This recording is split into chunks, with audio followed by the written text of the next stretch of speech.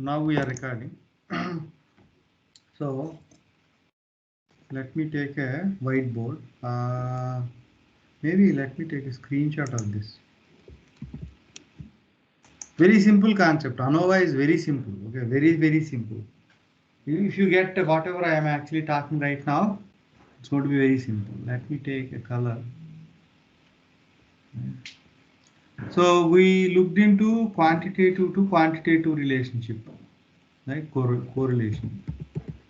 Then categorical to categorical chi-square test. We are trying to understand whether two variables are related or not, two features are related or not. Now today we are going to understand how to check the relationship between a categorical and quantitative. When I say categorical and quantitative, input variable is categorical and output variable is quantitative. Output variable, response variable is quantitative. So in our the salary data set, I have got gender and salary. Okay.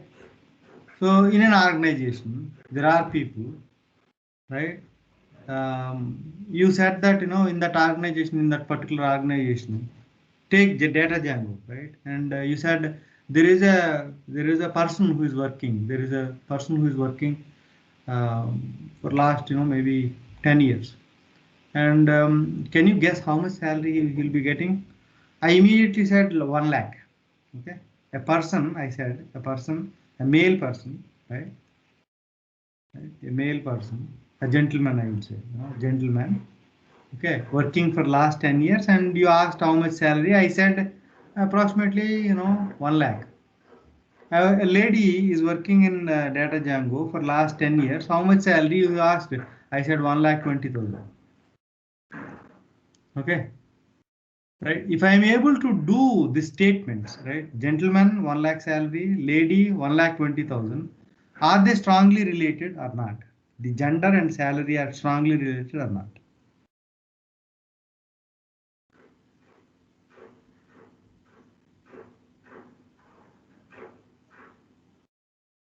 They are related. Related, right? Anybody disagrees with it? Anybody disagrees with it? Okay, good. So everybody agrees that when I am able to predict a salary by looking at the gender, that means the columns are strongly related. So what I did here, I took mean of all the male salaries. I took mean of all the female salaries, and I'm actually predicting. Okay, because they are actually making difference. Now, if you see, I can say male is a group in gender column and female is another group in gender column. If I group by gender and take the average, and the averages are different, I may be able to say that there is a relationship between the gender and salary. Is that a right statement? Yes, that's correct. Right? If I take gender as a group, gender as a male as a group and female as a group, two categories, right? You can have more than two categories also in input variable. So in input variable, if you have more categories, there will be another additional thing we have to do. I'll show it in the code. But if you have two categories, I can take mean of the first category and second category, and if the means are different, then I can say that the features are dependent, right? If means are same, can I say they are dependent? If means No. are no, right? So because if means are not able to distinguish, there is no strong relationship. But there is other small tweak there, or small thing we need to understand. When you look at mean, in the initial classes I explained, for two different quizzes, we have got the same mean, right? Same mean, but variance was different. If variance is different, can you say there is a relationship? Means are same and variance is different. Variance or standard deviation. I think we can say there is a relationship. Yeah, there is a relationship, right? So that is ANOVA. That's it. Simple. That is ANOVA. I'll show you in the code also, right? That is ANOVA. ANOVA tries to analyze variance, right? Analysis of variance. Analysis of variance, between groups and within groups. Between groups and within groups. If you take mean gender and sorry, male and female, there are two groups, right? Variance between groups and variance within groups. There is a formula to calculate it. Okay. In theory, if you want to understand it, simple. If two groups means, male group, female group, mean salaries are different, then the two columns are strongly related. The categorical column and the quantitative column are strongly related. When the groups means are same, we may have to look into the standard deviation. Even when the groups means are different, we'll be looking into standard deviation, because in a particular office there may be ladies, right? Maybe the office will have 100 employees, and 99 are ladies, and one male person is there. Then if you take the mean of the male person, right, it's going to be, if that male person is director, he may have 1 crore salary, that mean is going to be 1 crore. The rest of the people's will salary maybe 10 lakhs or something like that, right? So that is not appropriate data. So you need to do hypothesis testing to see these kinds of scenarios, right? You got it, right? So there is a school next to my house. In that school, right, 99% of the teachers are all ladies. Okay, it happens because maybe all the husbands are software employees, and all wives are teachers. They are all qualified, BEDs and PhDs and all that. But no, 99% of the teachers are my kids study there. So 99% of the teachers are female. So if you take average, right, females average is appropriate because more people are there. But male people, maybe 5-10 people are going to be there. You will have around staff, only 5-6 people are going to be the male people. So if you take average of that, the sample is small, so it is not reliable, right? Then you may have to do the hypothesis testing. That's where the ANOVA will do hypothesis testing. Basic fundamental of ANOVA is it looks into the means, it looks into the standard deviations. Means are same, standard deviations different, there is some relationship. Means are different, standard deviations are also different, there is more stronger relationship. It is distinguishing the two groups, are distinguishing the salaries or the target variable. That is the main essence of ANOVA. Okay, any questions on this?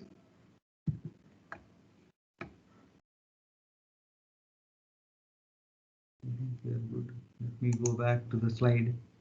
Okay. So ANOVA test for independence. Here, when you say independence, right, null hypothesis is going to be features are independent, and the p-value you should get should be less than 0.05 to say that the variables are strongly related.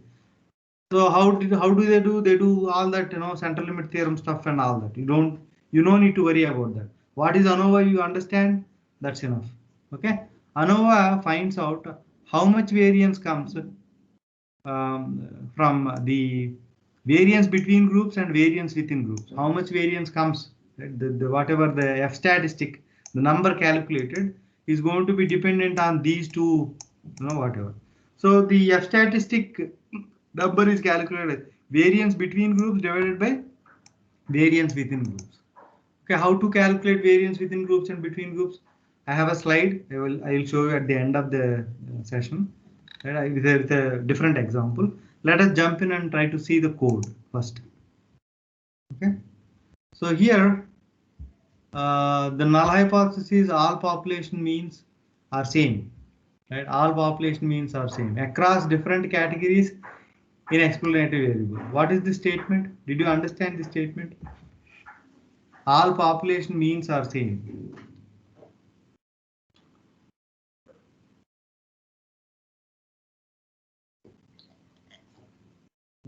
If we break the population into multiple groups, the means of each group, all of the groups same. That's what it's. So when they say all population means are same, right? The first thing we need to take into consideration when they are talking about ANOVA and the null hypothesis, only two columns are there. Input column is categorical, output column is numerical. I think you already understood and you started there, right? And then all population means are same means. So the groups, right? Different groups in the input variable, the means are same. That means there is no relationship. That's what we understood, right? Means are different means there is relationship. That is null hypothesis. Against alternate hypothesis, not all population means are equal. But we take the standard deviation as support, along with mean. Okay? So I have taken this employee data, and then I took gender and salary, and then there is male and female only. This is not America. We are considering only male and female, and then visualization, right? Visually also you can understand whether relationship is strong or not. How can you do that? This is a when we were doing before, we were doing only bar graph for only one column, but here we are doing bar graph for two columns. I have taken the gender on x-axis and salary on y-axis. Okay, so in this group, the mean salary is going to be taken as the height of the bar. In this group, mean salary is going to be taken as height of the bar. Okay, this is simple. When compared to categorical bar graph, this is simple. Did you get it? Got it, right? Cat plot and then data frame, X the column name, Y column name in the data frame, and kind is bar. I forgot what is CI. You can look at it API. So X label, Y label, right? This is a bar graph. Okay, so when you look at bar graph, right, the difference is not that much, right? So it is not clear. When you numerically look at it, or when you look at some data, when you are analyzing and look at it some data with visualization, if the graphs are not clear, then we go for the hypothesis testing. Here we did a box whisker plot also. This is a box plot, right? This is, I think you remember, box whisker plot will show you quartile 2, quartile 1, quartile 3, interquartile range, right? This is interquartile range, and then there will be minimums and maximums and all that. This is interquartile range, and there will be numbers outside this and outside this. If the numbers falling outside these, whiskers, we call them as whiskers, are called as outliers. Okay, so this is not needed, but we just kind of kept it there. So now the hypothesis testing. Can we use gender to predict salary? That's the question we were trying to answer from the beginning. If the the means of each gender group are different, then we can. If not, we cannot. Hence we are checking to see if there is any relationship exists between gender and salary. So null hypothesis, gender of an employee and salary are independent, or the means of different groups in gender are same.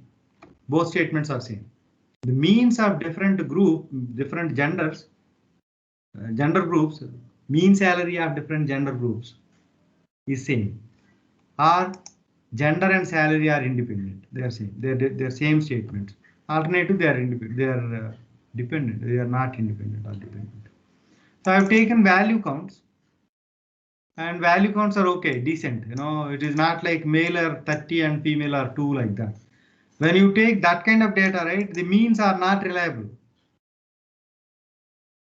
In a column, different categories, distribution is different, or one category distribution is very small and other category one category count is very small and other category count is very big. When you take mean, the big category mean is reliable, but small category mean is not reliable. That statement you need to remember. But here they are kind of equal. Okay, they are kind of close to each other. So good.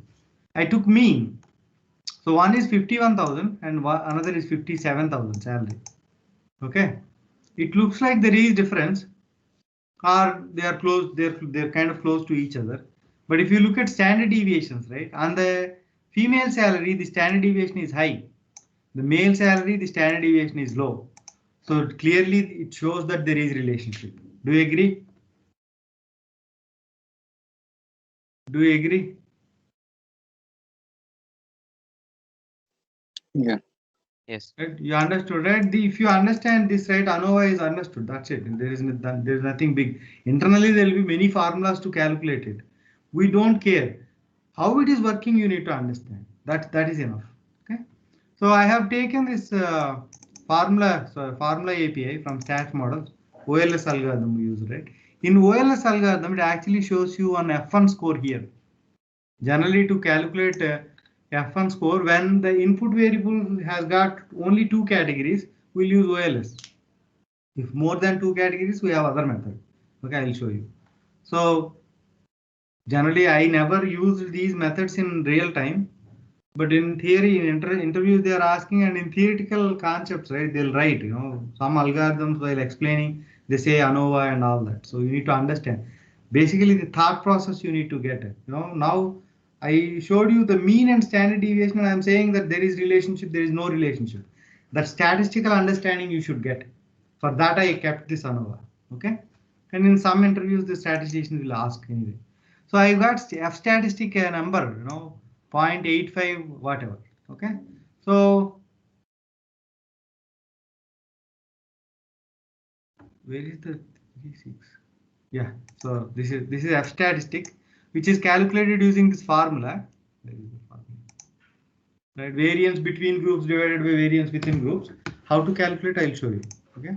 Variance between groups, variance with using this F1 statistic, there will be a table like the Z table and the Z table and the chi-square table.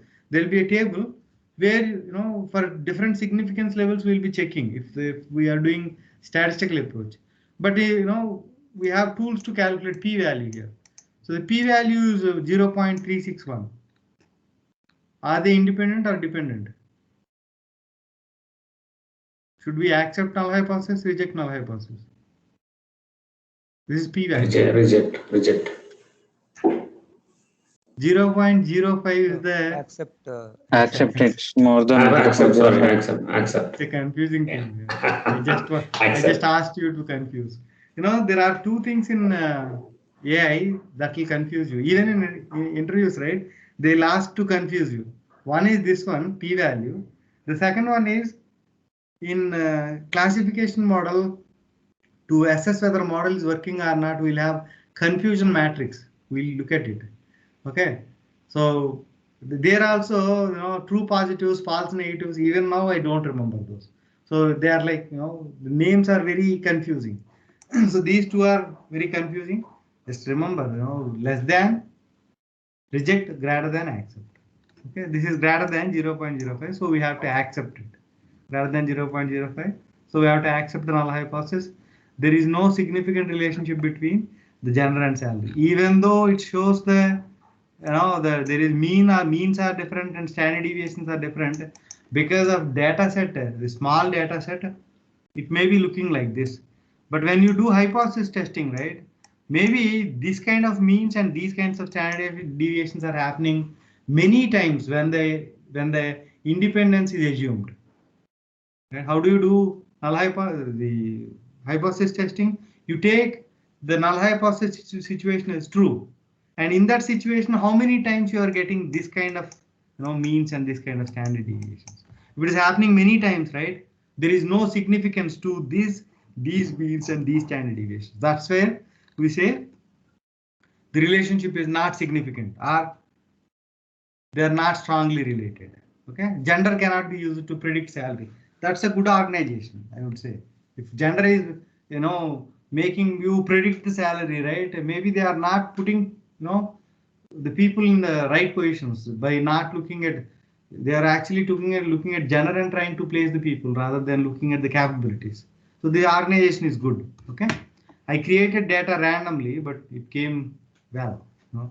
Any questions till that point? Anova, that's it, Anova. I'll explain more things now, but even if you don't understand the rest of the class, that's okay. But till here, any questions?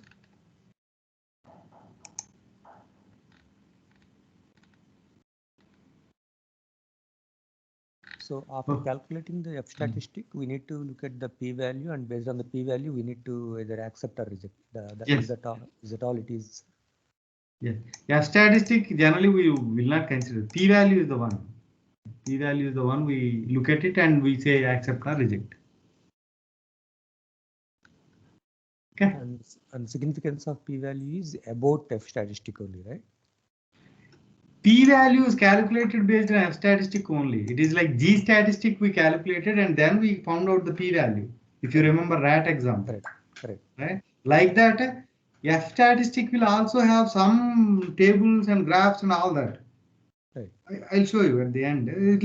If you go into those things, right, we'll get lost in statistics. That's a bigger area. You know, if you want to understand only inferential statistics, it takes around 2 months. That much is not needed for a data scientist. So I'm actually trying to make layman's way of understanding these concepts. Okay, so there will be graphs, and if you look at that graph where the F statistic is falling, based on that you can calculate probability, because under the curve, area under the curve is going to be one there also, but the curve is not going to be like that. The curve is going to be in different shapes for different degrees of freedom. I'll show you in a minute. Once after we finish the rest of the thing, right? I'll show you. Okay. So in this case, we said we have accepted the null hypothesis. So there is no relationship between the gender and the salary. So we can ignore the gender. Yeah, right? We can ignore and build model, right?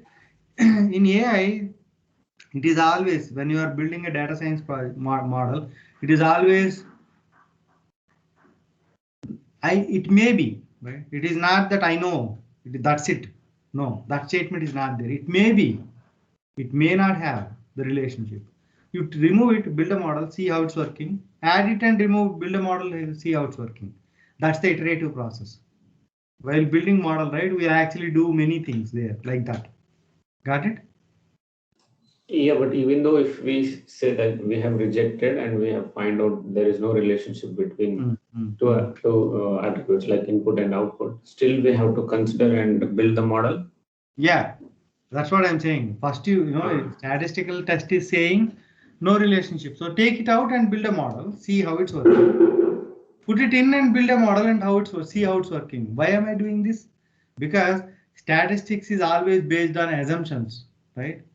When you looked at the apple example or the rat example, we actually used some assumptions to come to a conclusion, right? So it may be right, it may not be right. Sometimes your statistical test may say it's not real, but when you add it right, it may work. But in production again, it may fail. The reason may be because in population it is not true. That's where it is in production it is not working. So removing it is better. Got it? Maybe Yeah. Right? No, so remove it, build a model, you got 80% accuracy. Add it, build a model, 90% accuracy. Okay. On test set or production, if you are getting 90% right, statistical test is wrong. Okay. Generally, it will not happen. Statistical tests, 90% of the time they work. Okay. That's where they use these tools to assess. If you are getting 90% on, when you add the feature, you are getting 90%, but on production and test, you are getting 80%. That means statistical test is true. Remove it, train the model, use that model, because that model is actually working on population also. Got it? Yep.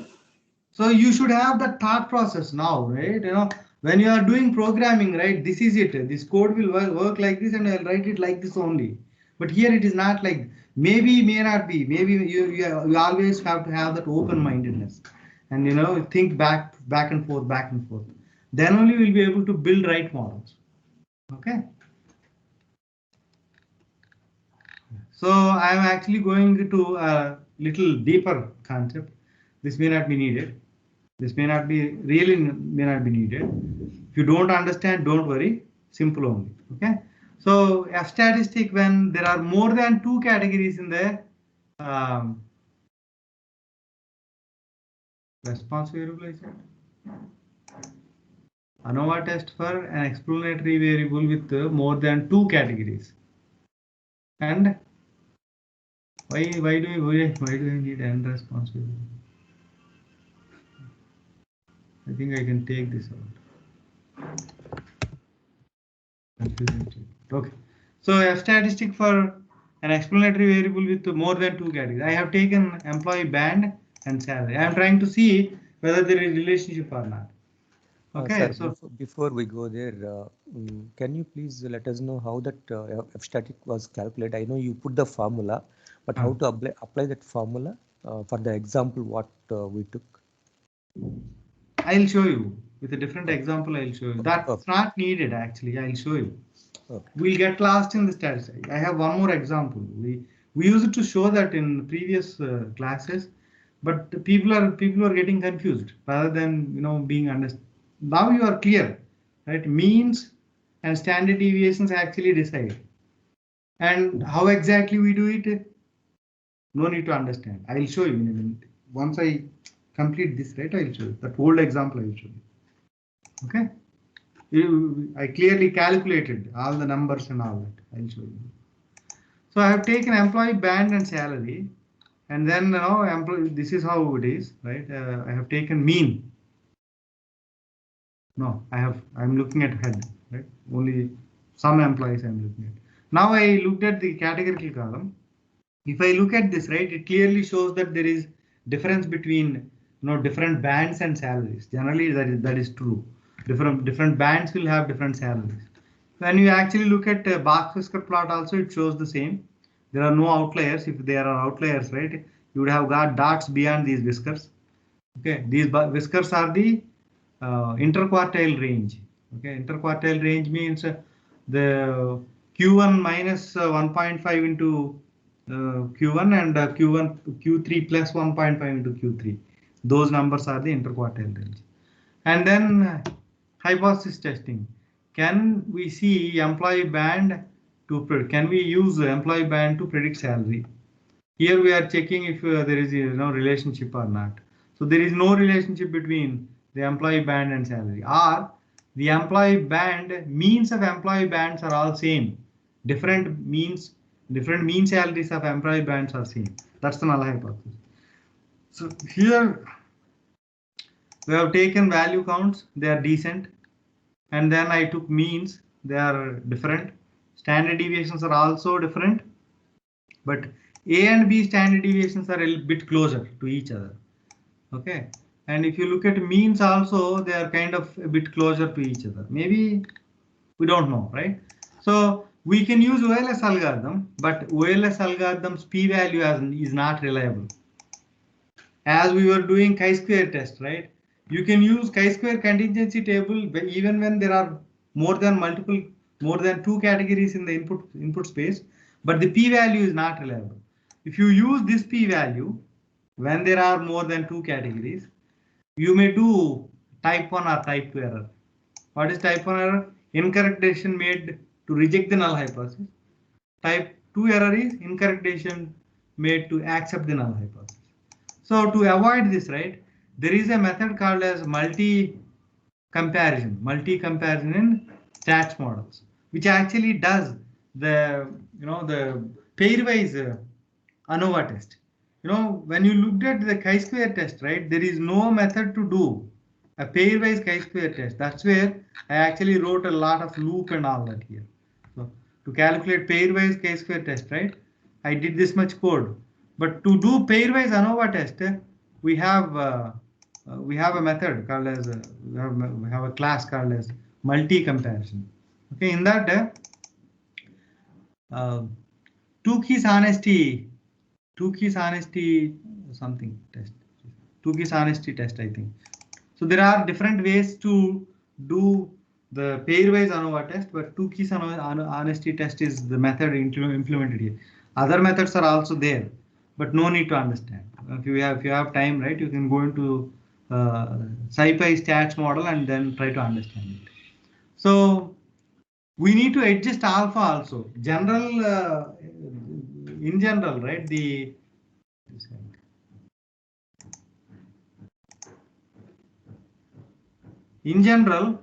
right, the significance level is 0.05. But when we are doing the pairwise test in chi-square, we actually took how many pairs and then divided and calculated the new significance level. Similarly, in Anova also, we should calculate the new significance level. How do you calculate that? 1 minus alpha PC is the 0.05. and then C is the number of pairs, the comparison. So the C is going to be 3. This way you need to calculate.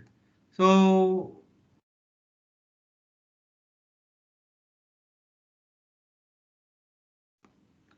I think this will calculate automatically. The new significance level also will be calculated by this method, 2 keys honesty test. Okay, so multi-comparison, I passed the columns and then did 2 keys honesty test, and I am actually showing the results. So if you look at this, A to B and A group and B group reject false. So it is accepting. A to C reject true. B to C reject false. That means what? Is there a strong difference between A group and B group?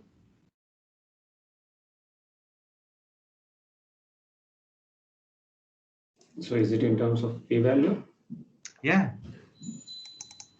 The reject is the whether to reject null hypothesis or not. Reject false means accepted. Accepted, yes. Yes, accepted. So there is no significant difference between the variances of the A group and B group within and between, right? Again, B and C also same thing. So if we have to convert this particular categorical column into numbers, we should be doing one-hot encoding.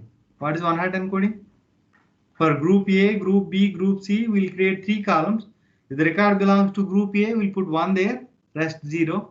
If the record belongs to group B, we put 1 there and rest 0, like that. Got it? Because the Anova is saying that, Anova test is saying that the relationship is not that strong.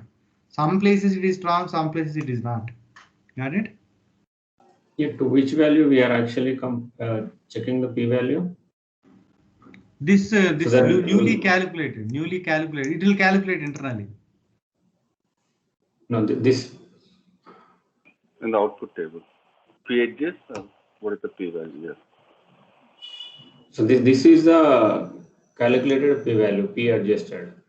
No, p-value will be p-adjusted will be same for all the pairs. All the pairs it's going to be same. I don't know why this is different here. Maybe they are using something different here, different formula. But if you use this formula, right, it should be same because alpha PC is same, right? This 0.05 only. That is the comparable one. But for individual categories, we will get a p-value, right? So these p-adjusted these are outcomes, I think. The p-value. Yeah, these are the outcomes. To compare with, we need one that is calculated. What is that actually here?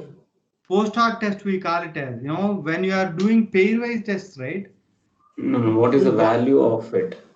So in a square test, we have actually calculated 0.05 by 3, where we got 0.016 kind of value. We are comparing with that. There, right? There is no method like this to give you pairwise tests. So we calculated it and we did that whole pairwise test using a method. I wrote this whole code, because there is no, right? So I did not calculate because this method is already calculating it. You can calculate, right? You can put 0. The calculation is fine, but the comparison between which two values we are comparing here, the p-value. Generally, we calculate the p-value and we will compare with 0.05. This is the p-value. Compared with. This is the p-value. Compared with, is it 0.05? No. We'll put 0.05 and 3 here. C is 3 here because 3 pairs. Yeah. Right? What is the value we are getting for that is my question. You can put it here and understand, right? 1 minus 1 minus. Now, if we don't know the value of that, we can't compare and we can't say whether it is rejected or accepted. It is calculating, sir. This method is calculating everything and giving you. Why do you calculating, but it is not showing, and it is directly giving the result, rejected or accepted. If you want to cross check, right, you can calculate. No, I got it. So it's here actually there is giving no the result. facility. Here in the chi-square test, there is no facility. So I did it. All that I did it. But here we have facility. Why do you need to calculate? I never bothered about cross-checking the method. Maybe that's a good thing. You just do it, calculate this and see whether this p-value is less than or greater than. It should be, it must be greater than. That's where it is, accepted the null hypothesis. So it is already greater than. It is already greater than. So it is accepted. So this is less than. So it is rejected, right? 0.05 itself is greater than, right? These numbers are greater than both 0.05 itself. If you calculate this right, it's going to be even less. So, right? So that is Anova, right? Let us look at the other question, right? How did we calculate? I think I should keep it. I was actually trying to get rid of that example, but let me see where it is.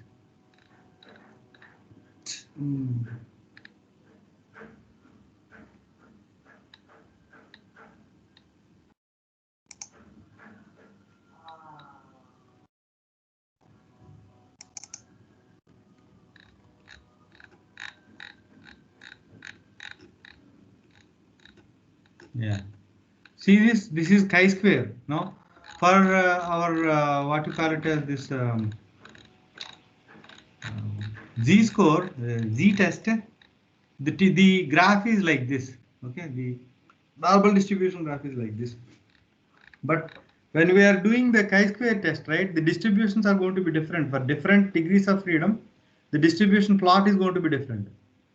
And based on your p-value, you will be finding, there will be like 3 sigma rule. There will be rules for other distributions also. So you will be looking at the value, p-value, and then deciding. If the p-value falls here, right, if it is greater than, we accept null hypothesis. If it is less than, we reject null hypothesis, like that. And here, this is the example I said, it's a numerical. So variance between groups divided by variance within groups. How do you calculate? Let us see, right? This example is not needed. I have taken one example where there are three groups. The company announced layoffs and employees groups, 3 groups. Stressed group, no. In normal time, how was the stress? After announcing layouts, how is the stress? During layoffs, how is the stress? Okay, these 3 are the different groups. Or if you try to put them in 2 columns, right? So you will have normal, and then 2, 3, 7, 2, 6, and then announced layoffs 5, and then again the numbers, again during layoffs, like that. So you'll have 15 rows, 2 columns. Okay, that's how the data is. So you want to see, right?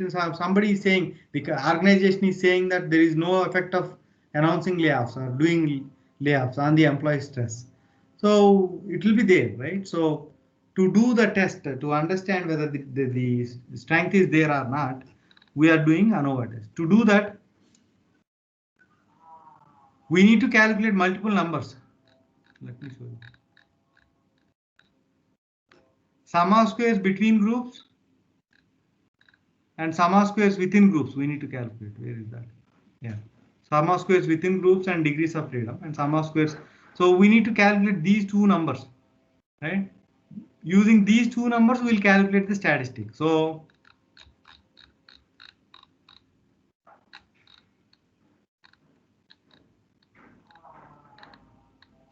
let me look at the formula one more time. Variance between groups and variance within groups we need to calculate, right? To calculate variance between groups and variance within groups, we need to calculate sum of squares between groups divided by degrees of freedom, sum of squares within groups divided by degrees of freedom. This is numerator and this is denominator. When you do that, you get a F statistic. How to calculate that? So sum of squares within groups I am calculating first. Then I'll calculate sum of squares between groups. So we are calculating variance basically, right? If you take average, right, it's going to become the variance. So what is the variance formula? X minus mu square sigma I is equal to 1 to m x minus mu square divided by m. So on the first group, right, within groups I am trying to see within groups. So when everything is normal, that's a group. When layoffs announced, that's a group. During layoff, that's another group, right? 3 groups. Okay, within groups we are trying to calculate variance. So within group variance, how do you calculate? Take mean of this group, subtract, square, sum. Okay, mean subtracted, squared, okay, and summed. And second group subtracted, summed. Third group subtracted, summed. So this is sum of squares within groups, total, all the groups. Okay, generally total sum of squares is equal to sum of squares within groups plus sum of squares, so between groups plus sum of squares within groups. No need to understand the formula. So sum of squares between groups we need to calculate now. So here total sum of squares is going to be, right, sum of squares between groups also we need to calculate. To calculate that, we took all the numbers and calculate the mean and calculate the variance and summed it. So this number, right, the sum of squares between groups will come when you subtract this number from this number. So total sum of squares is there, and then sum of squares within groups is there. So sum of squares between group can be calculated by subtracting it from there. Okay, and this is between groups. How do you calculate between groups? You take mean, subtract it from each of these, and square, and sum and multiply with 2. So within groups you calculate and take a mean of it, right? What you did here, you took mean of this whole all numbers, sum mean, okay, and then subtracted the total mean. Total mean is 0.3, I think, right?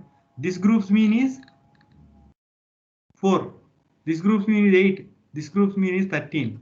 So 4 minus 8.3, 8 minus 8.3, 13 minus 8.3, and square all them, sum them, and multiply by 5, because in each group there are 5 records. You are taking means here, so you are actually multiplying it with 5. Did you get it? This part?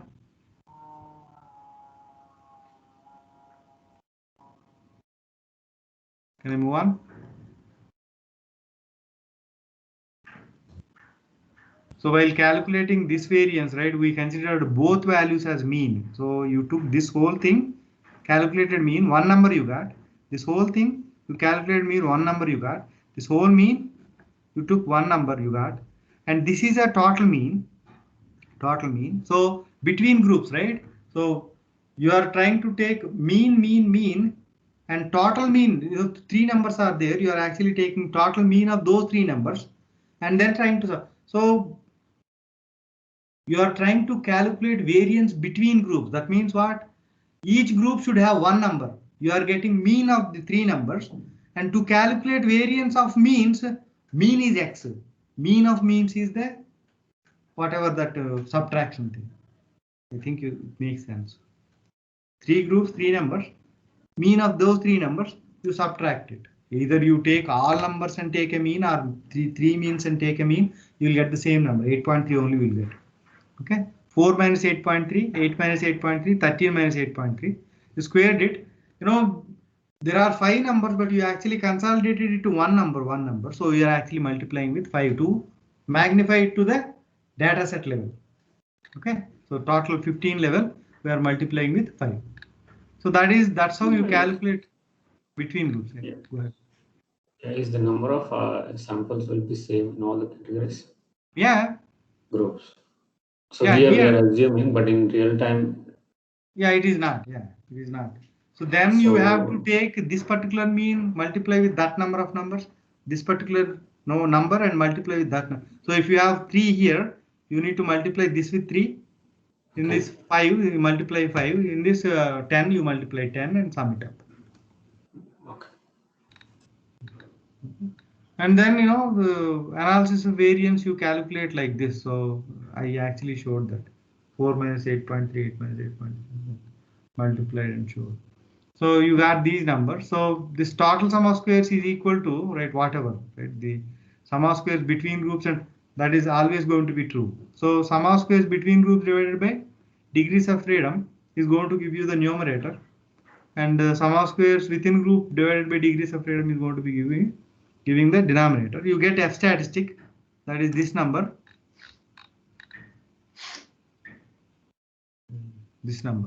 okay. and then using that number you will actually calculate, you find out the p-value or no. So at degrees of freedom, this is degrees of freedom, 12 degrees of freedom, because there are 3 groups. You need to calculate degrees of freedom. So it's going to be total number of data minus 3. It's going to be 12. And then this is actually, what is this, 2? I think 2.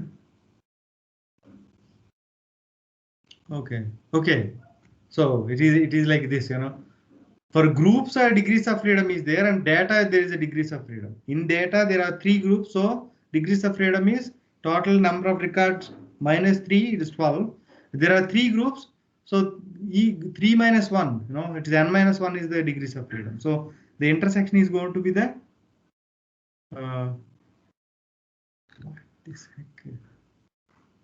intersection is going to be the significance level. Okay. Generally, we are taking 0.05 as the significance level, right? So here we take this number as the significance level. If it is less than that number, right, we say accept, and if it's greater than, right, we reject null hypothesis. So our number is greater than this, so we reject the null hypothesis. The null hypothesis is saying that there is no effect of announcing layoffs. We are rejecting that, so it is there. Got it? Girigar, did I answer your question? Yeah, but it's there lots of content. Probably we need to revisit to understand that. No need to understand. I would say no need to understand. Don't get into this junk. I would say this is junk because we are not going to use this quite often. In my 5 years career, I never used F statistic. Sure. Okay. You can understand. I'll put this also in the drive. If you want, right, you can learn. So I am trying to simplify. I'm trying to make it as simple as possible. Sure. I'll upload this also into the drive. So that's about the statistics. We are done with statistics. You said you showed some number 12, right? What is that 12 there? Degrees of freedom, and degrees of freedom for 3 groups. Right? For each group, if you calculate 5 minus 1 is the degrees of freedom for first group, 5 minus 1 second group, 5 minus 1, 3 4 12. Okay, that is degrees of freedom because only one column we have, right? So n minus 1 is the degrees of freedom. 3 groups are there, groups degrees of freedom against the data's degrees of freedom. So 3 groups are there, so it is 2. Okay. Okay, how and why it is statistical question. So I also don't know why they calculated and all that. So it's all when you say statistics, right? They do many experiments and come to a conclusion that if you do this way, it is working. So we'll use it that way. Okay. So that's it. We are done with the statistics, and I'm not going to talk about statistics much from now on, apart from normal distribution, mean, median, and all that stuff. Okay. So any questions, right? We can answer today, and from tomorrow we'll go into multiple linear regression, polynomial regression, all that. So maybe tomorrow I start with a simple example in the sense an end-to-end project execution process with an example, which is there in our website.